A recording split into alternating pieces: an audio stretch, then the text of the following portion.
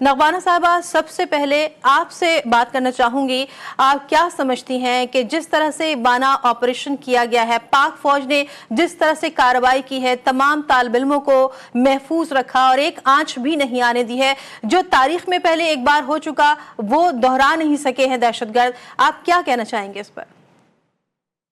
بہت شکریہ جی. یہ سب سے پہلے تو یہ بڑی تشویشناک بات ہے کہ ایک نئی لہر دہشت گردی کی جو ہے وہ وانا سے لے کے اسلام آباد تک پھیل گئی ہے، اور ظاہر سی بات ہے کہ اس کے پیچھے انڈیا ہے اور افغانستان کا ایک گٹھ جوڑ ہے.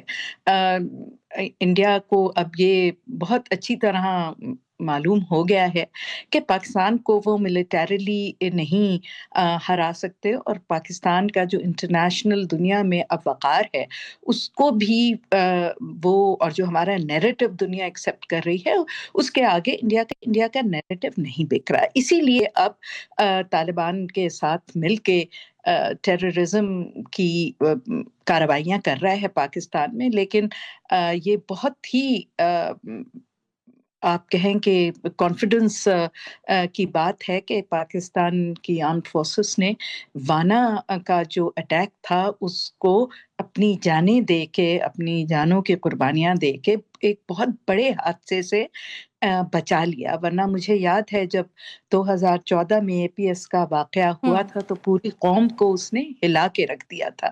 تو یہ ظاہر سی بات ہے، ہم نے ان چیزوں سے سیکھا بھی ہے. ہماری سیکیورٹی بھی خاص طور پہ ان علاقوں میں تو بہت زیادہ اویئر ہے اور بہت زیادہ ٹرینڈ ہے.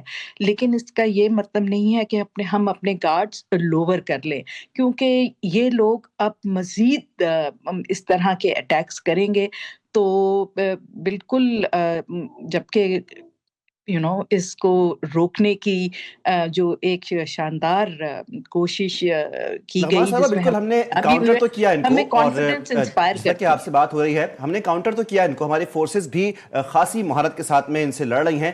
لیکن ایک بات یہاں پر پوچھیں گے آپ سے کہ افغانستان جو کہ وہاں اپنے ملک میں کچھ انفراسٹرکچر چاہ رہا ہے کھڑا کرنا، اور اپنی کچھ انٹرنیشنل پریزنس کے لیے بھی وہ کچھ کوشش کر رہے ہیں، اس قسم کے حملے پھر دہشت گرد اندر جا کے افغانستان سے فون پہ رابطے میں رہتے ہیں، ہدایات لیتے ہیں، یہ افغانستان نے اپنے ساتھ کیا کیا ہے اس قسم کی کارروائی کر کے؟ دیکھیں، جہاں تک افغانستان کا تعلق ہے تو آئی ایم سوری ٹو سے ایک دفعہ 1830 میں ایک ہسٹورین نے کہا تھا کہ you can not buy an Afghan but you can rent one. تو دیکھیں، ان کی پوری تاریخ یہی ہے کہ وہ کسی نہ کسی کے ساتھ مل کے اور تیار ہو جاتے ہیں مرسریز بننے کے لیے.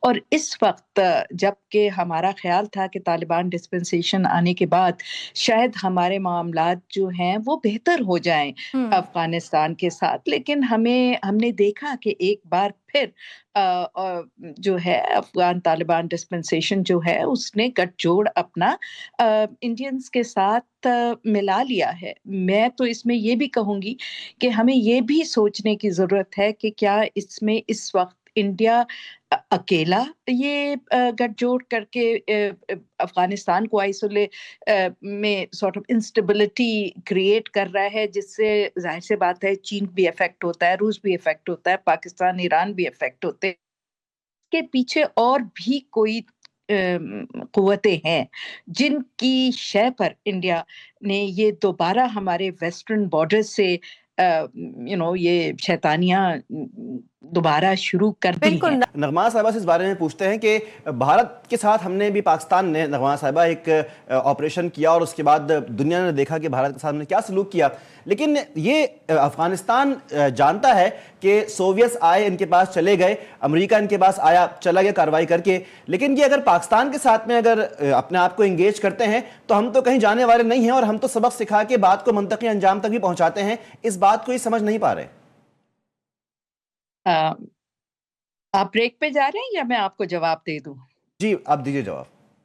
اچھا جی، دیکھیں، آپ نے بالکل ٹھیک کہا کہ ان کو یہ انڈرسٹینڈ کرنا چاہیے کہ سوویت یونین بھی ان کا نیبر تھا. تو آپ اپنا جغرافیہ تو چینج نہیں کر سکتے، لیکن پاکستان تو جو سینٹرل ایشین اسٹیٹس کی وجہ سے نیبر تھا، ہماری وہ کنڈیشن نہیں ہے. ہم ایک بہت مضبوط ملک ہیں، اور اس کا کوئی کمپیریزن نہیں ہے افغانستان کے ساتھ. اور انہیں یہ بالکل نہیں بھولنا چاہیے کہ انہوں نے جہاد نہیں جیتا.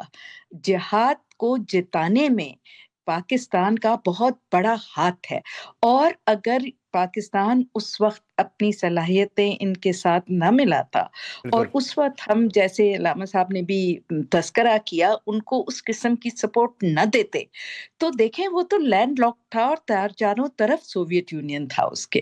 تو ان کو یہ بالکل نہیں بھولنا چاہیے، اور ان کو یہ یاد رکھنا چاہیے کہ ہماری کیپیسٹی اب بہت زیادہ ہے.